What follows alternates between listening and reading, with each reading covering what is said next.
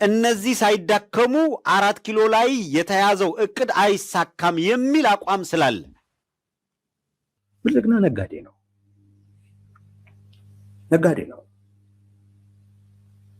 እንዴት ሀገር ተደፈረ፣ እንዴት ሀገር ሊገነጥሉ እኔ እያለ እንደዚህ የሚል አይደለም። የትላንትም የዛሬን ቅራኔ በይደርም ማስቀምጠው ቢሆን መተባበር ብቸኛ አማራጭ ሆንባቸዋል ማለት ነው። ትግራይ ትሂድ በሚለው ሁለቱም ይስማሙ፣ ምንም ልዩነት የለም። ብልጽግና እኔ ደርግ አይደለሁም ነው የሚለው። እኔ ደርግ አይደለሁም። ኢትዮጵያማ ባህር በር ማጣት የለባትም። ኢትዮጵያማ መቆረስ የለባትም። ኢትዮጵያማ አንገቷን ማጣት የለባትም ብዬ እድሜ ልኬን አልዋጋም።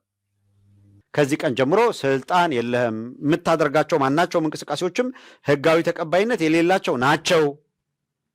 የትግራይ ምናምን ከዚህ በፊት የተመረጠ ወደ ቦታው መጥቷል። ሁሉን አቀፍ ምናምን አመራር መመረጥ አለበት። ቁርጥ ያለ ነገር ላይ መጡ። ጦርነት ይኖራል ወይ? በእኔ በኩል አይመስለኝ።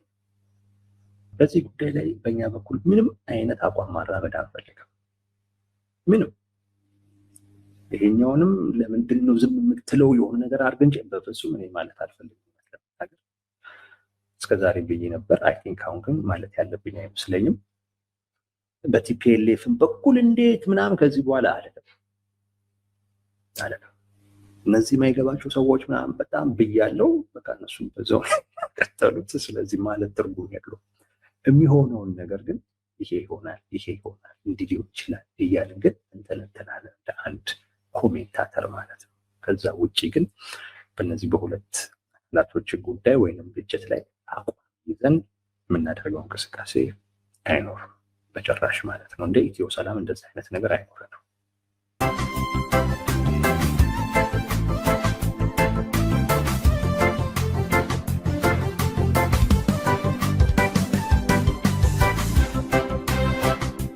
ጌታቸው ረዳ አንድ ንግግር አድርጓል።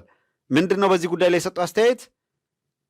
ይሄ ሁኔታ በቀላል መታየት የሌለበት ውስብስብ ነገሮችን ሊያስከትል የሚችል ከባድ ሁኔታ ነው ያለው። በአንድ በኩል እነሱ ተስፋ አድርገው አብይ አህመድን ይዘው በሆይ ሆይታ አሰብ እንዘምታለን የሚል ጦርነት ቀስቅሰው መቀሌ ላይ የራሳቸው መንግስት መስርተው ወዘተረፈ የሚለውን ፖለቲካ ይመታል። ለምን የዋሽንግተንና የአስመራ ግንኙነት መልክ እየያዘ እስከመጣ ድረስ የአብይ አህመድ እንቅስቃሴ ወደደም ጠላም የትም ሊደርስ በማይችል ሁኔታ ይገታል ማለት ነው። እንቅስቃሴው ይሄ ጦረኛ ፖሊሲ ይገታል።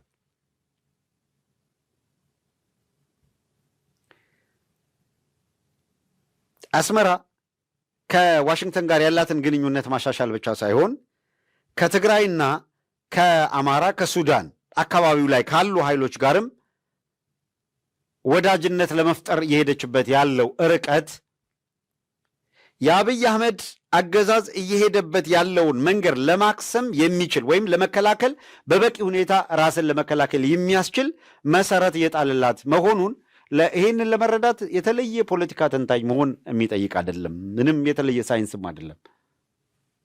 ከዚህ በፊት ደጋግመን አንስተነዋል። አብይ ከኤርትራ የኤርትራ ተቃዋሚዎችን ይይዟል። ከሱዳን የሱዳን ተቃዋሚን ይዟል። ከትግራይ የህወሓት ተቃዋሚዎችን ይዟል። ከአማራ የተወሰነ በጣት የሚቆጠርም ቢሆን ያስከዳቸውን ፋኖችና ብአዴንን ይዟል። ሌላ የለውም። የኤርትራ ህዝብ ከሱ ጋር አይደለም። የትግራይ ህዝብ ከሱ ጋር አይደለም። የአማራ ህዝብ ከሱ ጋር አይደለም።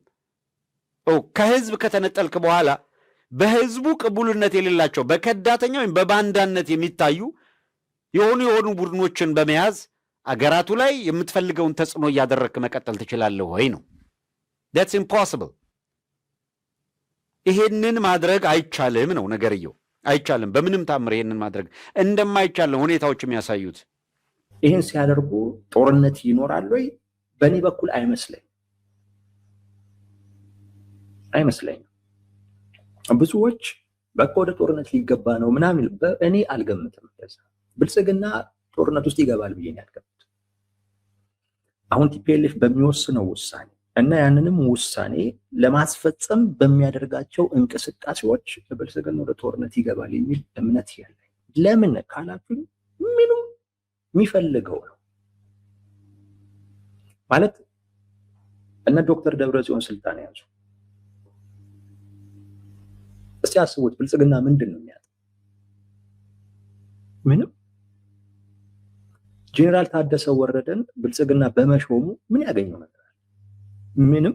ሀገሪቱ ክልሉን እኮ የሚመሩት እኮ እነ ዶክተር ደብረጽዮን እኮ እንደሆኑ ኢቭን ጄኔራል ታደሰ ወረደ ራሱ እኮ ያውቃሉ። ማህተም እኮ ነው ያዙት፣ ሌላ ነገር እኮ ስም እኮ ነው ያዙት ጄኔራል ታደሰ ወረደ እንጂ ሌላ ነገር እኮ እነ ዶክተር ደብረጽዮን ጄኔራል ታደሰ ወረደን አነሱ፣ ከዛን እነሱ ተቀመጡበት። ብልጽግና ምንም የሚያጣው ነገር የለም። ብልጽግና ነጋዴ ነው፣ ነጋዴ ነው። እንዴት ሀገር ተደፈረ፣ እንዴት ሀገር ሊገነጥሉ እኔ እያለ እንደዚህ የሚል አይደለም፣ እንደዚህ የሚል አይደለም። ለእኛም ምዕራብ ትግራይን ስጠንና እንሂድ ነው እያለ ልዩነቱም እንደሆነ ታውቃላችሁ። ምዕራብ ትግራይን አልሰጥም ግን ሂዱ፣ በመሄድ ይስማማል። ብልጽግናም ቲፒኤልኤፍ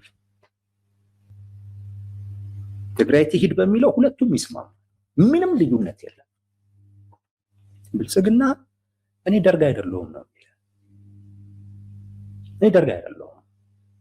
ኢትዮጵያማ ባህር በር ማጣት የለባትም።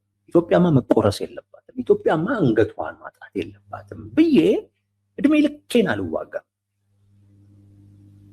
እድሜ ልኬን አልዋጋም።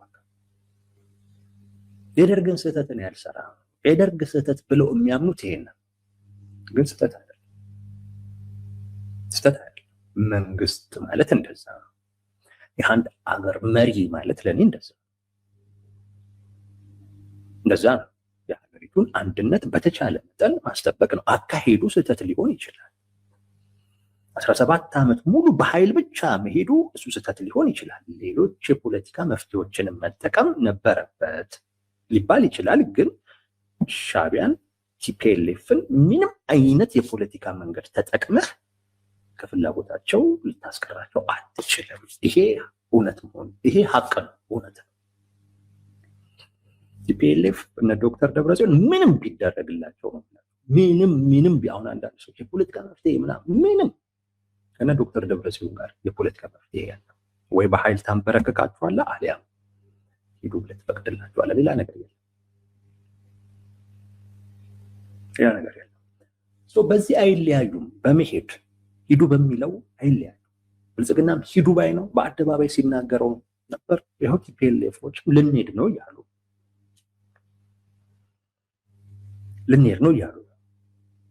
ልዩነቱ እኛ የባህር በር ሰተን ሻዕቢያን እንደሸኘ ነው። አንተም ምዕራብ ትግራይን ስጠንና ሸኘ። እንትኑ ላይ ነው የተለያዩት። ርክክብ ላይ ነው የተለያዩት። ንብረት ርክክብ ላይ ነው እንጂ የተለያዩት ይህን አልሰጥም ይሰጠኛል እንደዛ አይነት ነገር ላይ ነው እንጂ የተለያዩት። በነገራችን ላይ ሊሰጣቸው የሚችል ነበር፣ ብልጽግና ችግር አልነበር። ነገር ግን ያን ሰጥቶ ግን መሸኘት እንደገና ከአማራ ህዝብ ጋር ወይም ከአማራ የፖለቲካ ኃይሎች ጋር ያጋጫል። ኦፍኮርስ አሁንም ግጭት ላይ ነው ያለው፣ ግን ሌላ ምክንያት ይሆናል። በወቅቱም ያልሆነበት በዛ ምክንያት ነው እና ንብረት ርክክብ ላይ ነው ልዩነታቸው እንጂ ልሂድ በሚለው ላይ ሂድ ተባብለው ተስማምተዋል። የተስማሙት ጉዳይ ነው። እኔ እንደዛ ነው ይገባል። እንግዲህ በሁለተኛው ይሳካላቸዋል የምናየው ጉዳይ። አሁን የያዙትን ይዘው ግን ልክ ሲሄዱ ልክ ያንን መንግስት ሲመሰርቱት ነው የምላችሁ። በቃ ልክ ያን መንግስት እኮ ሲመሰርቱት አበቃ። ልክ ያን መንግስት ሲመሰርቱት ፋይናንስ ምናምን የሚባል ነገር በሙሉ ይቆማል። እነሱም ያውቁታል። ለዛ ነው ከጎረቤት ሀገራት ጋር ግንኙነት በደንብ እየፈጠሩ ያሉት። በነገራችን ላይ ኢቭን ገንዘብ ናቅፋን ወይንም የሱዳን ፓውንድ እንጠቀማለን ነው እያሉ ያሉት እንጂ ኢትዮጵያን ብርም ሊተውት ነው። እዛ ድረስ ነው እየተዘጋጁ ያሉት ማለት ነው። በሆኑ እንግዲህ የያዙትን ይዘው ይሄዱ እንሄዳለን ካሉ ብልጽግና የሚከለክላቸው አይመስለኝም። ግን እነሱ ያው ምዕራብ ትግራይ ይፈልጋሉ። ምዕራብ ትግራይ ለማግኘት ብለው እንቅስቃሴ የሚጀምሩ ከሆነ ነው የዛን ጊዜ ወደ ጦርነት ሊገባ የሚችል። እንጂ አሁን ትግራይ ውስጥ ያለው ጉዳይ ብልጽግናችን ታክል እውነቴን ነው የምላችሁ እያሳሰበው አይደለም። በጣም እያሳሰባችሁ ያለው እነ ጌታቸው ረዳ፣ በጣም እያሳሰባችሁ ያለው እነ ጄኔራል ጻድቃን፣ በጣም እያሳሰባችሁ ያለው እንግዲህ ከነሱ ጠብቁ የሆነ ነገር ማለት ቲፒኤልኤፍን ሊያስቆም የሚችል አይነት ነገር ከነጌታቸው ረዳ ነው እንጂ የምትጠብቁት ከብልጽግና። ብልጽግና በኦንሊ ቲንግ ሊያደርግ የሚችለው ነገር ድጋፍ መስጠት። ለነጌታቸው ረዳ ድጋፍ ሊሰጥ ይችላል፣ የአየር ሽፋን ምናምን እንደዚህ ሊሰጥ ይችላል። እነሱ ያላቸውን ሰራዊት ተጠቅመው ወደ ሌላ አይነት እንቅስቃሴ የሚገቡ ከሆነ ትግራይ ላይ ጦርነት የማይቀር ከሆነ ሊኖር የሚችለው በሁለት መንገድ ነው። አንደኛው እነጌታቸው ረዳ ይሄንንማ ዝም ብለን አናይም ብለው ወደ ተግባር እንገባለን ካሉ አንድ የእርስ በርስ ጦርነት ብልጽግና ከጀርባ የሚሳተፍበት፣ ሻዕቢያ በዛኛው ሳይድ የሚሳተፍበት ማለት ነው። ሁለተኛው ቲፒኤልኤፍ ዋነኛው ዓላማዬ መንግስቱንም የመሰረትኩትኝ ምዕራብ ትግራይን ለማስመለስ ተፈናቃዮችንም ለመመለስ ነው፣ ስለዚህ ዝም ብዬ አልቀመጥም ብሎ ያንንም አካባቢ እቆጣጠራለሁ የሚል ከሆነ ወደ ጦርነት የመገባት እድል ይኖረዋል። ጄኔራል ታደሰን አንስተው ዝም ብለው ግን ከተቀመጡ ጦርነት አይኖርም። ከፌዴራል መንግስትም ጋር ግንኙነት አይኖርም። እነጌታቸው ረዳም ዝም ካሉ ማለት ነው። በዚህ ውሳኔያቸው የሚፈጠር ምንም ነገር የለም በብልጽግና ሳይድ። በእነጌታቸው በኩል ግን የሚፈጠር ነገር አይቀርም። እነሱ እነጌታቸው ረዳን እንደ ብልጽግና ስለሚቆጥሯቸው ነው ይህን እርምጃ በመውሰዳችን ጦርነት ይመጣል ብለው የሚያስቡት። እነጌታቸው ረዳን እንደ ብልጽግና ስለሚወስዷቸው ግን በጣም ልዩነት አለ።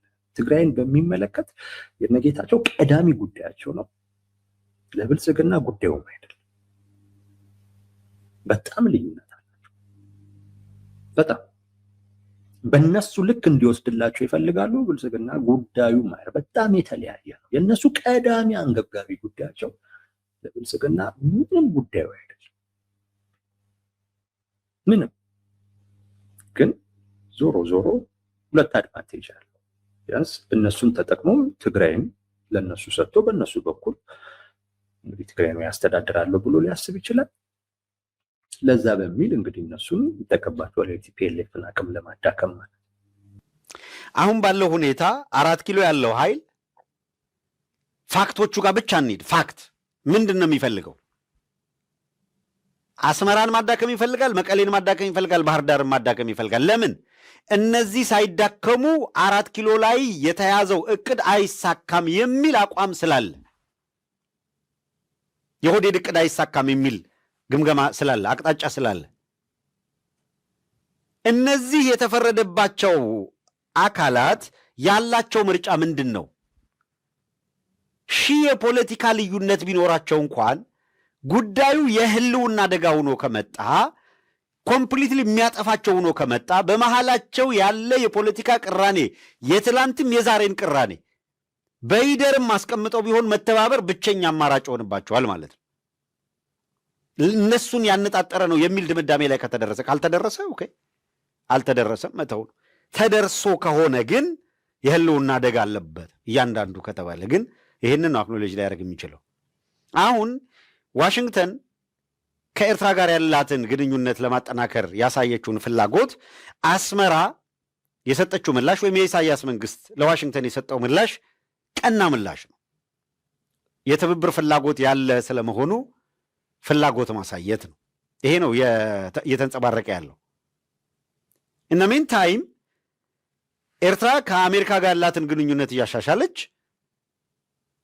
ከትግራይና ከአማራ ጋር የነበራትን ግንኙነት ሳታሻሽል መቀጠል ነው ወይ ያለባት? ከሱዳን ጋር ያላትን ግንኙነት ሳታሻሽል ነው ወይ መቀጠል ያለባት? አሁን በአንድ በኩል ምን ይዘው መጥተዋል መሰላችሁ? አሜሪካ ከአስመራ ጋር ያላት ግንኙነት እንዲሻሻል ከተደረገና የአስመራና የአሜሪካ ግንኙነት ወደ ጤናማ ግንኙነት ከመጣ አንድ አስገዳጅ ነገር ይፈጠራል። ምን የሚል?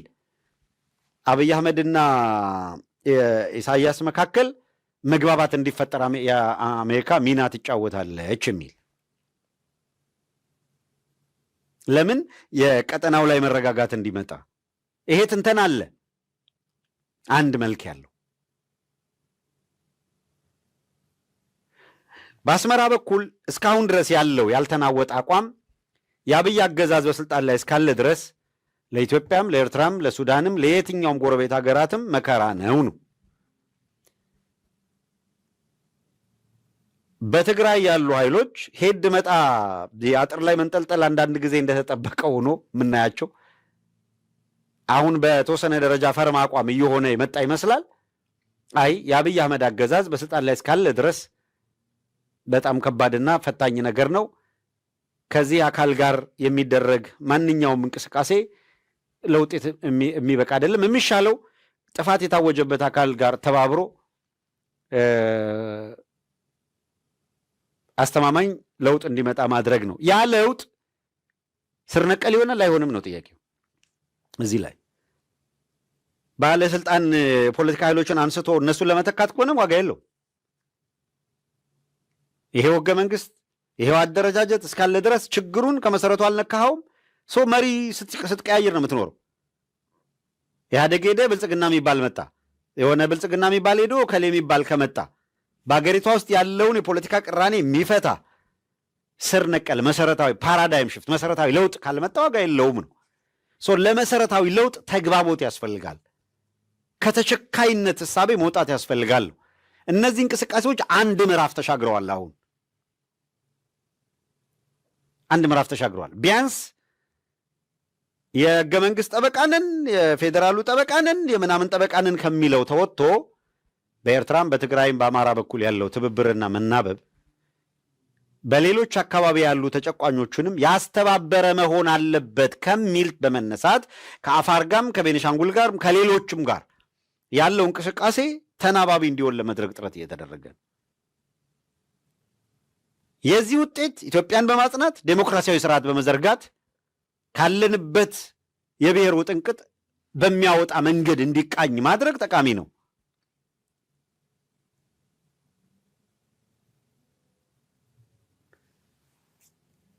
እነዚህንና እነዚህን የመሳሰሉትን ነገሮች በደንብ አትኩሮ ማየት ያስፈልጋል የሚለውን ነገር ለማንሳት ነው። አንድ ምዕራፍ ተሻግሯል የጽምዶ እንቅስቃሴ የሚያሰኘው ግን አሁን ፎርማል የሆነ ወጥ ንግግር ስለመኖሩ አሁንም እስካሁን ድረስ ተጨባጭ ነገር የለም። ግን ኢንፎርማል የሆነ የተናባቢነት ኢንፎርማል የሆነ ውይይት ንግግር መኖሩን የሚያመላክቱ ሁኔታዎች አሉ። እነዚህ ልክ የቲፒኤልኤፍ ሂዶ መጨረሻ ላይ ውሳኔ ወስኖ ለጀነራል ታደሰ ወረደ ደብዳቤ ጻፈለት አይደል? በቃ ጀስት ከዛሬ ጀምሮ ከዚህ ቀን ጀምሮ ስልጣን የለህም፣ የምታደርጋቸው ማናቸውም እንቅስቃሴዎችም ህጋዊ ተቀባይነት የሌላቸው ናቸው። የትግራይ ምናምን ከዚህ በፊት የተመረጠ ወደ ቦታው መጥቷል። ሁሉን አቀፍ ምናምን አመራር መመረጥ አለበት። ቁርጥ ያለ ነገር ላይ መጡ። እስካሁን ባኬን ፎርስ ስለነበረ ማለት ነው። ካገዛዙ ጋር ከአብይ አህመድ ጋር ያላቸው ልዩነት ፊት ሲሰጣቸው የሆነ ነገር ምናምን የሚለው ቀረና ቁርጥ አድርጎ ኖ በቃ ይሄ ነው የኛ አቋም ፈርም አቋም ብለው ወጡ። አንድ ስቴፕ ነው የሚቀረው። አሁን ደግሞ በኢትዮጵያ ውስጥ ሊመጣ የሚገባው የፖለቲካ ለውጥ እንዲህ ያለ መልክ ሊይዝ ይገባል ወደሚል ደግሞ መደማደሚያ ላይ ለመድረስ የሚያስችል አንድ ስቴፕ ሌላ ኔጎሽዬሽን፣ አንድ ስቴፕ ሌላ ንግግር፣ አንድ ስቴፕ ሌላ ውይይት ያስፈልጋል የሚል እምነት አለኝ። ይሄ በውጭም በውስጥም ያለው ህዝብ ይሄ ከሆነ የአቢሲኒያውያን መተባበር ተገቢ ነው ማለት ነው። ኤንድ ሪዛልቱ ሂዶ የአብይ አህመድ ህገ መንግስቴ ፌዴራል ስርዓቴ ምናምን የሚለውን ለማስጠበቅ ከሆነ ከችግር አንወጣም። ከዛ የዘለለ ችግር ፈቺ እንቅስቃሴዎች እናደርጋለን የሚል አቋም ተይዞ ከተመጣ ህዝብ ሊወስንባቸው የሚገቡ ጉዳዮች እነዚህ በእንደዚህ አይነት መንገድ የህዝበ ውሳኔ ይፈልጋሉ። ፍትህን በተመለከተ እንደዚህ አድርገን እንዲህ አይነት ፍትህ እንዲመጣ እናደርጋለን። የተበደለ ይካሳል፣ ወንጀለኛ ይቀጣል። ይሄንን እናደርጋለን። በይቅርታ የሚታለፈው በይቅርታ፣ በፍርድ የሚታለፈው በፍርድ ይታለፋል። ስምምነት ውጤት ነው። አንድ ስቴፕ አሁን የቀረው ወደዚህ መደምደሚያ ላይ ደርሰው በይፋ ይሄ አሁን የደረስንበት አቋም ነው ማለት ከቻሉ that's great። ያን ጊዜ ህዝቡ የጠራ አቋም አለ ማለት ነው። ለመደገፍም ለመቃወምም ቻሌንጅ ለማድረግም።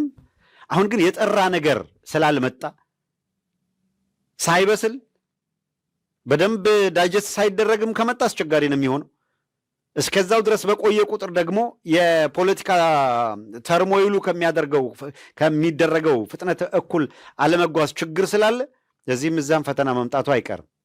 ሌላው ቀን ከሌት የሚሰሩ አካላት አሉ። ቀን ከሌት የሚሰሩ አካላት በውጪ ውክልና አተናል ብለው የሚያስቡ ውክልና አተናል፣ እኛ ውክልና ተነፍገናል፣ ስለዚህ ውክልና እንዲኖረን ሚል በውጪ በውስጥ ደግሞ እንደምታዩት ነው። በተለያየ መልኩ በርካታ ሰርጎ ገባለ በትግሉ ሂደት ውስጥ ቀላል አይደለም። የተመነጠረ ሄዶም ቢሆን ተመሳስሎ የቆየው አሁንም በምን አድርጌ እንዴት አድርጌ ልዩነት ላራግብ ብሎ ቀን ከሌትም ይሰራል። ስንጥቃት ፈልጎ የሆነች ቦታ ላይ አከተመ እንዲባል የመስራት እንቅስቃሴ በተለይ በአማራ ትግል ውስጥ ለአማራው ልዩ ተቆርቋሪንን አማራንን ሲሉ ቆይተው ትግሉን ከጀርባ ስታፕ የማድረግ እንቅስቃሴ ግን አስተዛዛቢም ነው፣ ተገቢም አይደለም። በእኔ እይታ የፈለገው አካል ቢለፋ ከዚህ በኋላ የአማራ ሕዝብን በህልውናውን ለማስከበር የተነሳውን የአማራ ሕዝብ ወደኋላ መመለስ አይቻልም። የፈለገውን ያክል ልዩነቶች ወደ ሜዳ አምጥቶ እነሱን ከዚህ ቀደም ሲደረግ እንደነበረው የንትርክ አጀንዳ ለመሆን ለተወሰነ ጊዜ ለመሆን ይቻል ይሆናል። ከዛ የዘለለ ግን አንዳች ትርጉም የለውም። በምንም ጉዳይ ላይ ስቴክሆልደርስ እንዲነጋገሩ እንዲወያዩበት ቀናነት ያስፈልጋል። በዚህ ጉዳይ ላይ ካልተሰራ ሂዶ ማናቸውም ነገር ይሄ ነው የሚባል ትርጉም ያለው ውጤት አያመጣም የሚል ምልከታ ስላለኝ ነው። በኢትዮጵያ ውስጥ ስልጣንን በብሔር ተደራጅቶ የመያዝና ፉክክር መቅረት አለበት የሚል እሰየው። እኔ እዛ ላይ ልዩነት የለኝም። ኢትዮጵያ ውስጥ በብሔር ስልጣን የመያዝ እንቅስቃሴ እንዲቆም መታገል ምንም ማለት አይደለም፣ ተገቢም ነው። የህልውና ትግል የሚያደርግ አንድ ህዝብ የህልውና አደጋ የገጠመው እንደ ህዝብ ነው። ለምሳሌ የአማራ ህዝብ እንደ ህዝብ ነው የህልውና አደጋ የገጠመው። ልክ አሁን የኦርቶዶክስን ዛሬ አንስተናል። ኦርቶዶክስ ተብሎ እንደሚገደል አማራ ነህ ተብሎ ይገደላል። ኦርቶዶክሳውያን መደራጀት፣ ራሳቸውን መከላከል ካልቻሉ ቅድም እንዳለው አብያተ ክርስቲያናቶቹ ወደ መስጊድ እንዲቀየሩ እሰራለሁ የሚል አካል በተደራጀ ሁኔታ ወታደራዊ ስልጠና ጭምር እየሰጠ ነው። ቤተ ክርስቲያኗ ደግሞ በዱላ የሚጠብቋት ጥበቃዎቿ ሳይቀር ትተው እንዲሄዱ እየተደረገ ነው። ካህናት ምዕመኗ ለአደጋ ተጋልጠዋል ነው እያልን ያለ ነው።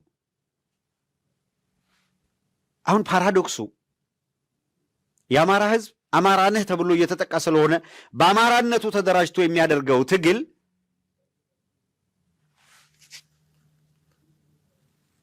ይሄ ተለጥጦ የብሔርተኝነት ቅርጹ የብሔርተኝነት አውዱ መዳረሻው ኢትዮጵያን በትኖ አገር ለመስራትና ለመካፈል ከሆነ which is wrong completely። የኢትዮጵያን ዕጣ ፈንታ በጋራ ለመወሰን ከሆነ ግን የህልውና ትግል አለኝ ብሎ የተነሳው ህዝብ ሌሎች በህልውና ጥያቄ የሚሆን በብሔር ተደራጅተው የሚሆን እንደ ማህበረሰብ የሚያደርጉት እንቅስቃሴ ካለ ከነዚህ አካላት ጋር የሚኖረው ኔጎሽዬሽን፣ ውይይት፣ ድርድር ወዘተረፈ ስምምነቶች የአማራ ህዝብ በኢትዮጵያ ውስጥ ይገባኛል ብሎ ያነሳቸውን ጥያቄዎች በሙሉ መመለስ የሚያስችል መሆን አለበት። ምንድን ነው ያ? ቀዳሚው የህልውና አደጋ ደርሶበታል። ኦኬ፣ ከዚያስ የህልውና አደጋ ብሎ ዝም ብሎ የህልውና አደጋ እኮ አይደለም የሚባለው። ምንድን ነው የህልውና አደጋው? ለምሳሌ አማራ ብለው ክልል ከልለዋል ወይ? ጠቅላይ ግዛት ሆኖ የአራቱ ጠቅላይ ግዛት አልተከበረ ወይ? ፍትሃዊ ሌላ አከላለል ኖሮ የሚገባውን ድርሻው እንዲያገኝ አልተደረገ። በስፋት አማራው የሚኖርበት ቦታ እየተቆረሰ ወደ ሌላው እንዲሄድ በመደረጉ ምክንያት ወደ ተሰሩ ክልሎች በመሄዱ ምክንያት የአማራ ህዝብ በሌሎች ክልሎች ውስጥ ክልሎች ተብለው በተካለሉ በሌሎች ክልሎች የሚኖረው የአማራ ህዝብ እንደ ዜጋ እንደ ሰው የማይታይበት ሁኔታ ተፈጥሯል። ይሄንን የሚያሻሽል ስርዓት መምጣት አለበት ነው።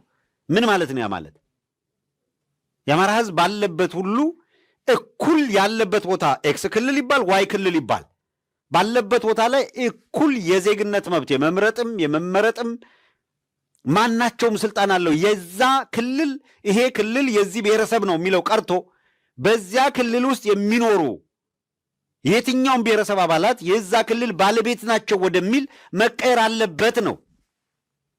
ይሄ በመሰረቱ የብሔር ፖለቲካውን የሚያስቀጥል ወይስ የሚለውጥ ነው? ዲፎልቱ ምንድን ነው? ክልሎች የሆነ ብሔር መሆን ተብለው ለብሔር መሰጣታቸው ነው አይደለ? ትክክል አይደለም እየተባለ ያለው። ለምሳሌ የአማራ ክልል የሚለውን ውሰዱ። የአማራ ክልል በክልሉ የሚኖሩ ብሔረሰቦች የማን ነው የሚለው እሱ ነው ዲፋይን የሚያደርገው። ኦሮሚያ ከወሰዳችሁ ክልሉ የኦሮሞ ህዝብ ነው ይላል። ሀባውት ከ10 ሚሊዮን በላይ አማራ እዛ የሚኖረው ስትሉ በቃ የለም ያገሩ ባለቤት አይደለም። አንተ መጤነ መጻተኛ ነህ፣ ልክ እንደ ውጭ ከሌላ ሀገር እንደመጣ ሰው እንግዳውነ ትኖራለን የሚባለው መስርቶ ባቀን ነው ሀገር። ቤኒሻንጉል የሚባለው ክልልም በተመሳሳይ ትግራይንም ከወሰዳችሁ በቃ በተመሳሳይ አማራ እዛ ውስጥ ባለቤት ነው የሚል የለውም ነው። በአማራ ክልል ውስጥ ግን በክልሉ የሚኖሩ ነዋሪዎች የዚህ ክልል ባለቤት ናቸው ነው የሚለው። ሰው አማራ ላይ ሲሆን የተለየ ሌላው ላይ ሲሆን የተለየ ነው። ይሄ ልክ አይደለም፣ ይስተካከል ነው። ሰው በዚሁ መሰረት እያንዳንዱ ክልል ተብሎ የተጠራው ባለው ይቀጥል ቢባል ባለቤቶቹ በክልሉ የሚኖሩ ህዝቦች ናቸው ተብሎ ድምዳሜ ላይ መደረስ አለበት ነው። ለሆነ ብሔረሰብ መሰጠት የለበትም ነው። ራሱ አደረጃጀቱ ለአስተዳደር ባለው አመችነት በቋንቋ አሰፋፈር፣ የህዝብ ስነ ልቦና ወዘተረፈ እነዚህን ደግሞ ሁሉንም ያማከለ ይሁን ከተባለ ደግሞ በተጠና መንገድ አዲስ አደረጃጀት እንዲኖር ያደርጋል። አማራው ግን ይህንን ለብቻ ያደርገዋለሁ አይደለም እያለ ያለው፣ ከሌሎች ጋር በሚኖረኝ ትብብር ይህንን ኮዝ ማስረዳት ነው። ዋነኛው ዕዳ ይሄ እንዳይሆን 4 ኪሎን የተቆጣጠረውና እንቅፋት የሆነው አካል ነው። ከሌሎች ጋር አሊያንስ በሚፈጥርበት ጊዜ በዚህ ኮዝ ላይ ተግባቦት እንዲፈጥሩ አስቀድሞ ማድረግ ይጠበቅበታል። የአማራ ትግል እየመራ ያለ አካል አሁን ግራም ያጋባው የሆኑ አካላት የአማራ ፋኖ ምናምን ተደራጅቶ መሪ ሲሆኑ በቃ የአማራ ትግል አዋጭ ነው ወይም በቃ አማራ ህልውና አደጋ አለበት እንደ አማራ እንታገል። ከስልጣን ገለል ሲሉ አይ እንደ አማራ መደራጀት አደጋ ያመጣል፣ እንደ ኢትዮጵያ እንደራጅ፣ እንደ አዲስ አበባ እንደራጅ። ምን ማለት ነው? በተለይ አዲስ አበባን እናደራጃለን ሞቢላይዝ እናደርጋለን ምናምን ተብሎ ብዙ ተሞክሮ ክሽፈት እንዳመጣ አንድ እርምጃ መራመድ እንዳልቻለ ከታወቀ በኋላ አሁን የቴዲ አፍሮ ሞቢላይዜሽን ያነቃቃውን ህዝብ ካፒታላይዝ እናድርግና እንትና የሚባል ሰውዬ ወይም ከሊት የምትባል ሴትዮ ባለስልጣን እናድርግ የሚል እራሱ እኮ አብይ አህመድ በቃ ይሄ ማለት እኮ ነው። እሱ በስልጣን እስካለ ኢትዮጵያ ትቀጥላለች፣ ከሌለ ኢትዮጵያ ትፈርሳለች ነው አብይ አህመድ። በቃ ይሄ ነው። ምን የተለየ ነገር አለው? የሆኑ አካላት እነሱ በስልጣን ካሉ የአማራ ህልውና አለ፣ አማራ አደረጃጀት አለ። እነሱ ከሌሉ ሰው አማራውን የሚጠቀሙት ለሞት ስለሚፈልጉት ለማታገያ ልክ ቲፒኤልኤፎች ጫካ እያሉ ተከራክረዋል እኮ። ኢህአፓም በውስጡ ክርክር ነበረ። ትግሉ ምን ይሁን የሚል የብሔር እናድርገው የመደብ እናድርግ የሚል ኖ የብሔር ጭቆና እንደሌለ በኢትዮጵያ ውስጥ በዘመኑ ዓለም ላይ የነበረው አብዮትና ሙቭመንት የብሔር ጭቆና እንቅስቃሴ ነው። ግን በኢትዮጵያ ውስጥ የመደብ እንጂ የብሔር ትግል እንደሌለ ያውቁታል። አንዱ ብሔር በብሔር ደረጃ ተደራጅቶ ሌላውን ብሔር እንደማይጨቁን ያውቃሉ። ነገር ግን ህብረተሰቡን የበለጠ ሞቢላይዝ ለማድረግ የቱ ይሻላል ብለው ሲያስቡ ከችግሩ ሳይሆን የተነሱት ለማደራጀትና ለማስነሳት የቱ ይሻላል፣ አይ ከመደብ ይልቅ በሌለ መደብ የሰራተኛ ምንም ኢንዱስትሪ በሌለበት እንዴት ሰራተኛ መደብ እንላለን አሉ። ወዛደር ምን የትኛውን ወዛደር አደራጅተ ነው ዓለሚ ወዛደር ናት ሲባል ወዛደር ብንል የት ጋር ያለው ወዛደር የሚል ነው ክርክር የነበረው። እንደውም ላባደር ወዛደር ምናምን ብዙ ነገር ነው እንደምታውቁት፣ በስም እንኳን ክርክር አለ። ፋክቶቹ እነዚህ ነበር የነበሩት አይደለም። ከዛ መጨረሻ ላይ የብሔር እናድርገው ብለው ወሰኑና በብሔር ሞቢላይዝ ብናደርገው ይሻላል ብለው ወሰኑ። የአማራ ትግል እንደዛ አይደለም። በብሔር እናድርግ በመደብ እናድርግ ለስልጣን ብሎ የተነሳ የለም። የስልጣን ትግል ነው ብሎ ደግሞ ድምዳሜ መስጠትም ምን ልግ ተገቢ ነው ብዬ አላምንም። አይደለማ። የተነሳ ትግሉ የህልውና ትግል ነው። ይሄ የህልውና ትግል ግን የሚጠናቀቀው በስልጣን ላይ ያለው አካል ስልጣን እንዳይኖረው በማድረግ ነው።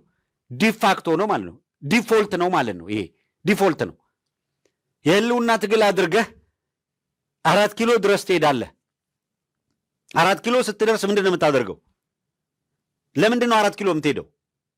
ማዘዣ ጣቢያው የህልውና አደጋ የደቀነብህ ማዘዣ ጣቢያው የት ነው? 4 ኪሎ ነው። ኢኮኖሚውን የተቆጣጠረው ባንኩን የተቆጣጠረው አይደለም። ያንን የሚተካ መንግስታዊ ኃይል እንዲደራጅ ታደርጋለህ። ያ መንግስታዊ ኃይል የኢትዮጵያን ሌላው ሁሉን በኩልነት የሚያይ ስርዓት እንዲኖር ነው። የተረኛ ስርዓት እንዲኖር አይደለም።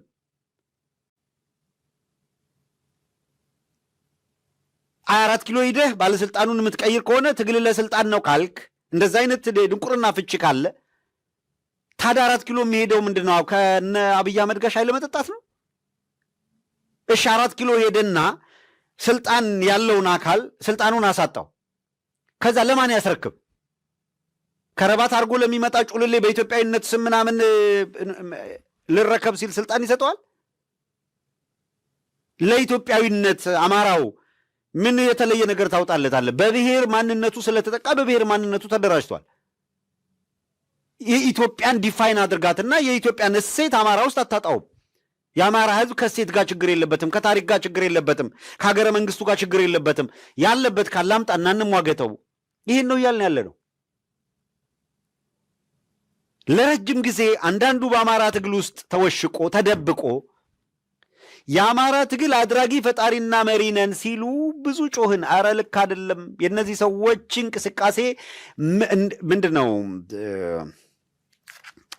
ጓደኛ ገደል አፋፍ ላይ ቢቆምና አንድ ጥያቄ ነው የተጠየቀው። ጓደኛ ገደል አፋፍ ላይ ቢቆም ከዚያም ራሴን ከገደሉ ወርውሬ እሞታለሁ ቢል ምን ታረጋለህ ተብሎ ተጠየቀ። ቶሎ ብዬ እኔ ቁጭ እላለሁ። እሱ ራሱን ከገደሉ ሊወረውር ነው፣ ጓደኛው ነው። ቁጭ እላለሁ አለ። እንዴ ምን ማለት ነው? ጓደኛ ወዳጅህ ራሱን ወደ ገደል ሊወረውር ሲል እንዴት ቁጭ ትላለህ?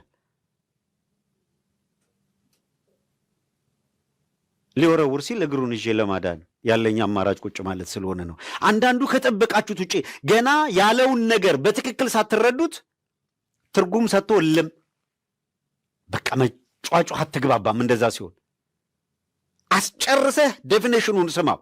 የሆነ ነገር ሲል አዎ ለእኔ ነው በቃ ይሄ ነው ከመተርጎም በፊት ነው አይደለም። ኦኬ ምን ማለት ነው? ከዛ ግን ተርጉመው በ2 በ3 በ4 ተርጉመው አንተ ከዛ የሌላኛውን አዳምጥ። ይሄ ነው በላይፋችን ያቃተን ግን ኤክስፒሪየንስ ማድረግ ያለብን ሁላችንም። አንዱን ሌላውን እየወቀስኩ አይደለም፣ ለራሴም ነው የምናገረው። አንዳንዱን ሰው ማዳመጥ እና ከዛ በኋላ የተነገረህን ሁሉ ሰምተህ ምናምን አርግ አይደለም። እንደዛማ ስንት አጭበርባሪ አለ፣ ስንት ዋሾ አለ፣ ስንት በቃ ቀን ከሌሊት ክፋት የሚያስባል። ቅድም ወደ ፕሮግራም ከመግባታችን በፊት አንድ አይዲያል የሆነ ነገር እያዳመጥን ነበረና በእውነት እዚህ ጋር አንስቼው ልለፍ። የጠላትን አስፈላጊነት ነው ሐሳቡ። ጠላት ያስፈልጋል ነው፣ አዲስ ነገር አይደለም። ምቀኛ አታሳጣኝ፣ ክፉ ጎረቤት አታሳጣኝ ይላሉ አይደለ? ክፉ ጎረቤት ዕቃ ያስገዛል እንደሚባለው እኮ ነው። ፈርዖንና ሰራዊቱ ከኋላ እየገሰገሱ ባይመጡበት ነው ይላል አይዲያው። ፈርዖንና ሰራዊቱ እየገሰገሱ ባይመጡ እስራኤላውያን ፍጥነት ጨምረው ወደ ከነዓን ለመሄድ አይችሉም ነበረ፣ ይዘናጉ ነበረ። ቀስ ብለን እንደርሳለን ይሉ ነበረ። እስራኤል ወደ ዴስቲኔሽናቸው ወደ ከነዓን ቶሎ የደረሱት የኤርትራ ባህር እንደ ግንብ ቆሞ የተሻገሩት ከኋላ ፈርዖን ይመጣ ስለነበረ ነው።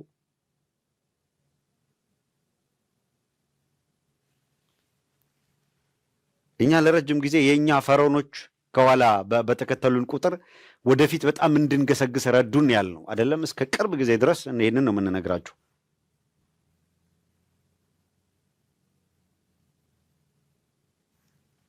ኤርትራ ባህር ጋር ስትደርሱ፣ ቀይ ባህር ጋር ስትደርሱ ሙሴ ያስፈልጋል ባህሩን የሚመታ። ገስግሰው ቀይ ባህር ጋር ሲደርሱ ደነገጡና ቆሙ።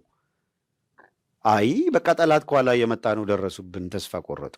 እነዛም አሸነፍናቸው፣ አከተመ፣ ሁሉ ነገር ጨለማ።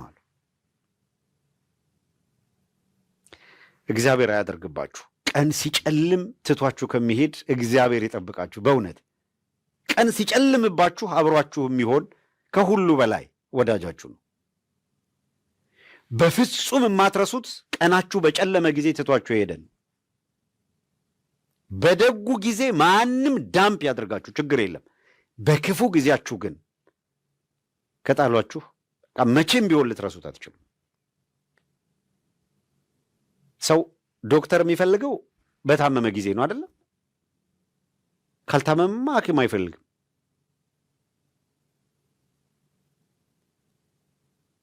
ያልተጨነቀ ሰው አጽናኝ ለምን ይፈልጋል? ጭንቀት በሌለበት ጊዜማ ደስታ ነው፣ ጨዋታ ነው። በደስታ በጨዋታው ሰዓት ተደስተህ ተጫውተህ አብረህ በልተህ አብረህ ጠጥተህ ማይነጋ እስከሚመስል ድረስ አድርገህ ስታበቃ የሆነ ችግር ሲፈጣ ችግሩን ቶለሬት ማድረግ አቅቶህ አትወስን። ገፊ ሲመጣ ከኋላ የመጣው ገፊ ወደፊት እንድትፈናጠር እየረዳህ ነው ከተጠቀምክበት ማለት ነው። ካልቻልክ ግን ከኋላ ሲገፋ ወደፊት ትደፋለህ። ያው ምንም ምርጫ የለም። መነሳት ከቻልክ ትነሳለህ፣ አለዛ ወድቀህ ትቀራለህ። ኃይሌን ማን ነበር የመታው? ፖርቴጋት ነው። ኃይሌ የሮጠ ከኋላ መታው።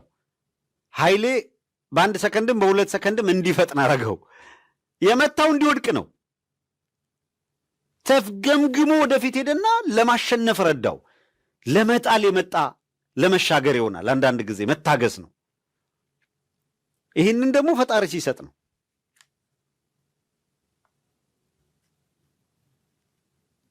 ወደ ከአይዲያው ወደ ተነሳውበት ወደ መሪ ምዕራፉ ልምጣና ባልተረዳነው ጉዳይ ያልተገባ ትንታኔ ከመስጠት ሼፕ ማድረግ ቅድመ ስጋት ከሆነ ሼፕ ማድረግ ነው ቀድሞ። ግን እንደው ተገለባብጦ አሁን የተወሰኑ ግለሰቦች የሚያስቸግሩት በዚህ ነው። ሁሉም ማን ነው አንድ ጊዜ ይህን ቃል በዚህ ፌመስ የሆነው ሁሌ ስሙ ይጠፋኛል፣ እዚህ ሀገር ያረፉት ፖለቲከኛ የጋሞው ሰው ሁሉም በኪሱ ዘውድ ይዞ ይዞራል ያሉት። ሁሉም ኢጎ አለ በእያንዳንዱ።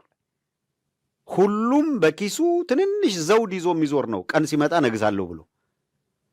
ስለዚህ ሁሉም በየት በኩል ብሄር ነው የምነግሰው ነው እንጂ በየት በኩል ይሄ ትግል ያሸንፋል የሚለውን የሚያስበው የትኛው ነው ነው።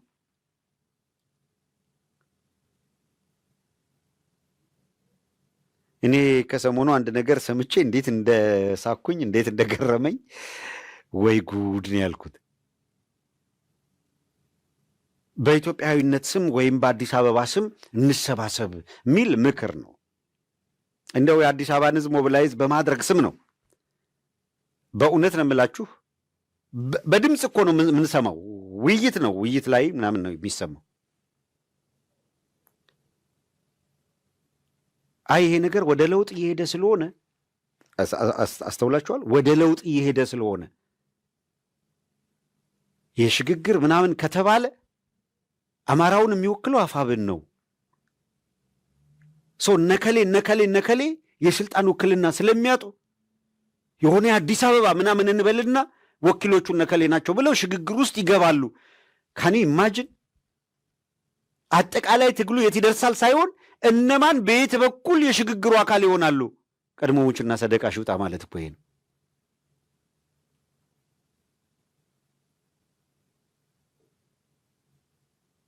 ጸቡ የሆነች አንድ ትንሽ ቤት ውስጥ እዚህ ቦታ ጥጃ ታስሯል።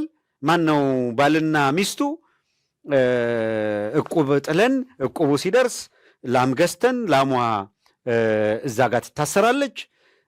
ጥጃው ሲወለድ ጥጃው ደግሞ እዚህ ጋር ይታሰራል። ኖ ጥጃማ እዚህ ጋር አይታሰርም። ኢማጅን እቁቡም ገና አልደረሰም፣ ላሟም ገና አልተገዛችም። ጸቡ በጥጃ ነው። የቱ ጋር ጥጃዋ ትታሰራለች? አንድ ሲባባሉ አይደለም አትችልም መብት ነው መብት አይደለም ምናምን አንስቶ በሆነ ነገር ሚስቱ ትሞታለች። ባልደረሰ ዕቁብ፣ ባልተገዛች ላም፣ ባልተወለደች ጥጃ። አሁን የገጠመን ይሄ ነው። የህልውና ትግል እየተደረገ መከራህን ስታይ ለምሳሌ ከአዲስ አበባ አንጻር ሰምታችኋል አይደለም? የቡና ተጫዋቾች ትላንት ምን ሲሉ እንደነበረ እየመጡ ነው እየተዘፈነ ነበር። ህዝብ ያውቃል፣ ማን ምንድን ነው የሚለውን ይረዳል።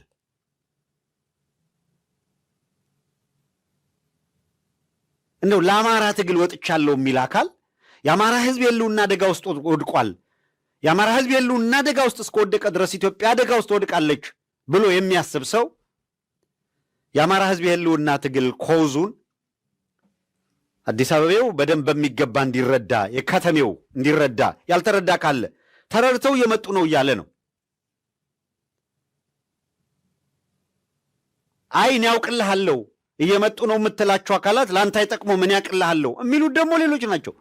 ለምን በአዲስ አበባ ስም የመጣ የተባረከ ነው እየተባለ ዘንባባ ተይዞ እንዲዘመርላቸው የሚፈልጉ አካላት አሉ። ሁሉም ነገር ስልጣንና ከስልጣን ጋር የተያዘ ብቻ። እኔ ይሄ ስልጣን የሚባል የማያሸንፈው ሰው ማንን ነው? የእውነት ማን ነው ለስልጣን ተንበርካኪ የማይሆነውና ኧረ የለም ይቅርብኝ በቃ ለሐቁ ልታገል የሚል? ደጋግመናልን። አዲስ አበባ ታርጌት የተደረገበት ምክንያት ምንድን ነው አለን? ከተማ ስለሆነ ነው? አዲስ አበቤ የሚል አይደንቲቲ ስላለ ነው? ወይስ አዲስ አበባ ላይ ቁጥሩ ከፍ ያለ የአማራ ተወላጅ ስላለ አማራነቱን እናጥቃው ተብሎ ነው? ከክፍለ ሀገር ወደ አዲስ አበባ የመጣ ይሁን አዲስ አበባ ተወዶ ያደገ ይሁን ልዩነት የለውም። አማራ ከሆነ አማራ ነው። እኔ አዲስ አበባ ተወልጄ ነው ያደግኩት። የመጠቃቴ ምክንያት ግን አማራ ነህ ነው። ዛሬ አይደለም ምለው፣ ከ10 ዓመት በፊት የተጻፈ መጽሐፍ ነው ይህንን የሚለው። ከ10 ዓመት በፊት 700 ዓመት ገዝታችኋል ይህንን ሀገር ለነከሌ ሰተን የምንሄደው። አዩት፣ ውጤቱን አዩት፣ ሰጥተው ሄደው። ማን ነበር ታርጌት የተደረገው ያኔ? አማራ።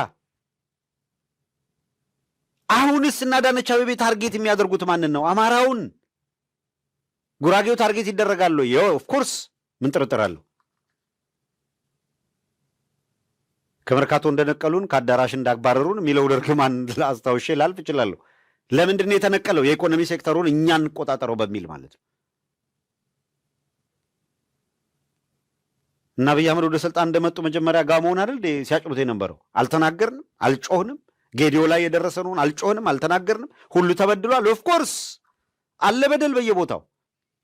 የአዲስ አበባ ሁኔታ በልዩ ሁኔታ ያነጣጠረው ግን የት ጋ ነው ካልን ሪያሊቲው እሱን ነው፣ እውነታው እሱን ነው። ማንነት ተኮር ጥቃት ነው የሚደርሰው። ስለዚህ የአዲስ አበባ ላይ ትግል የሚያደርጉ አካላት ጉዳዩን የአይዲዮሎጂ ክርክር አድርገው አዲስ አበቤነት ነው አማራነት ነው የሚል ክርክር ውስጥ እንዲገቡ አዲስ የመነታረኪያ አጀንዳ ይዞ ከመምጣት በላይ ምን ጠላትነት አለ በዚህ ትግል ውስጥ? በእውነት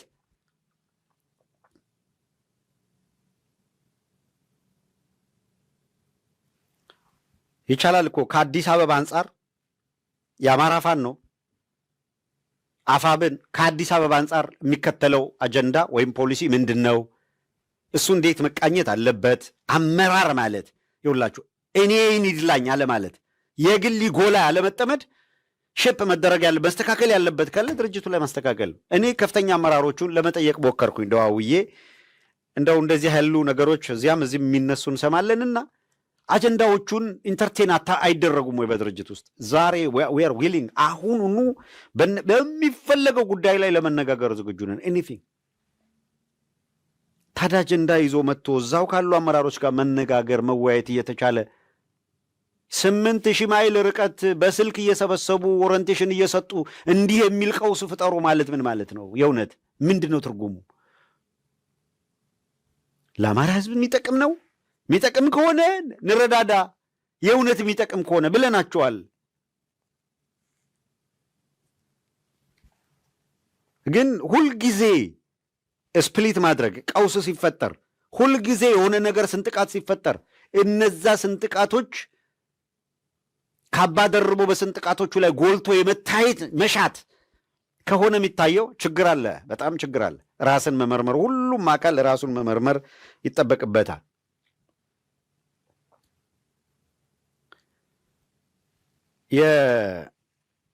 ይሄ አጀንዳ ኦልሞስት እያወራ ያለሁት የጽምዶ እንቅስቃሴ የሚለው ጋር የሚያያዝ ነው።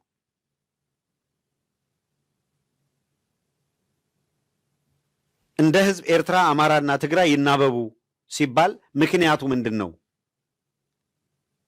ምክንያቱ የህልውና አደጋ መጥቷል። ሰሜኑን የማጥቃት አቢሲኒያውያንን የማጥቃት እንቅስቃሴ ሰው አቢሲኒያውያን ጠንከር ወዳለ አቢሲኒያን ዩኒቲ መምጣት አለባቸው ራሳቸውን ለመከላከል። ምክንያቱም በኢትዮጵያ እሴት ውስጥ የአቢሲኒያ እሴት አለና እሱን እንጥረገው እናጥፋው የሚል ፍላጎት ይዘው እየተንቀሳቀሱ ነው። ላለመጠቃት ራሳቸውን ለመከላከል ቢደራጁ ሌጂትሜት ነው፣ ህጋዊ ነው፣ ተገቢም ነው።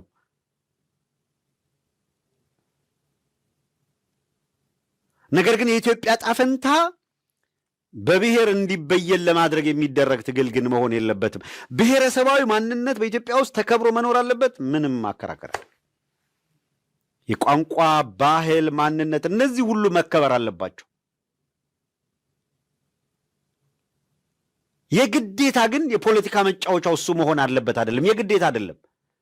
ይህንን ደግሞ አንዱ ብሔረሰብ ብድግ ብሎ በዚህኛው ይሁን በዛኛው ይሁን ብሎ ይበይነዋል ማለት አይደለም።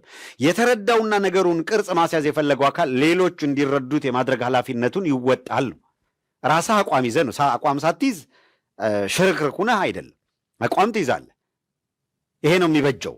ያንን እንዲረዱት አደርጋለህ። መቼም ከሁሉም ጋር ጦርነት አትገጥምም።